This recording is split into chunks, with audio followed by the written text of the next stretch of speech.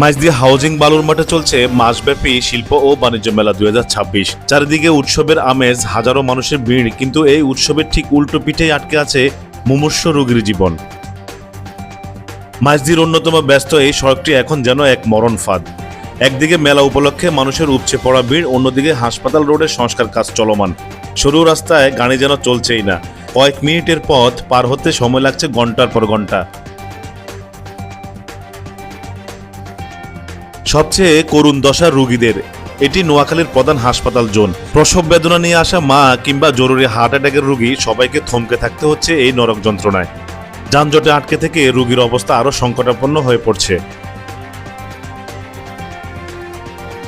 উন্নয়ন কাজ জরুরি, মেলাও হয়তো বিনোদনের অংশ, কিন্তু জনস্বাস্থ্য ও জরুরি সেবাকে জিম্মি করে কেন এই আয়োজন? বিকল্প রাস্তার ব্যবস্থা না করে কিংবা মেলার সময় ট্রাফিক নিয়ন্ত্রণে কঠোর না হয়ে এই ভোগান্তি কেন চাপিয়ে দেওয়া হলো সাধারণ মানুষের উপর?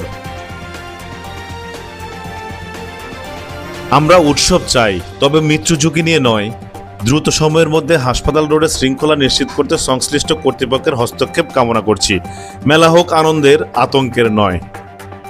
ভিডিওটি ভালো লাগলে শেয়ার করে দিবেন।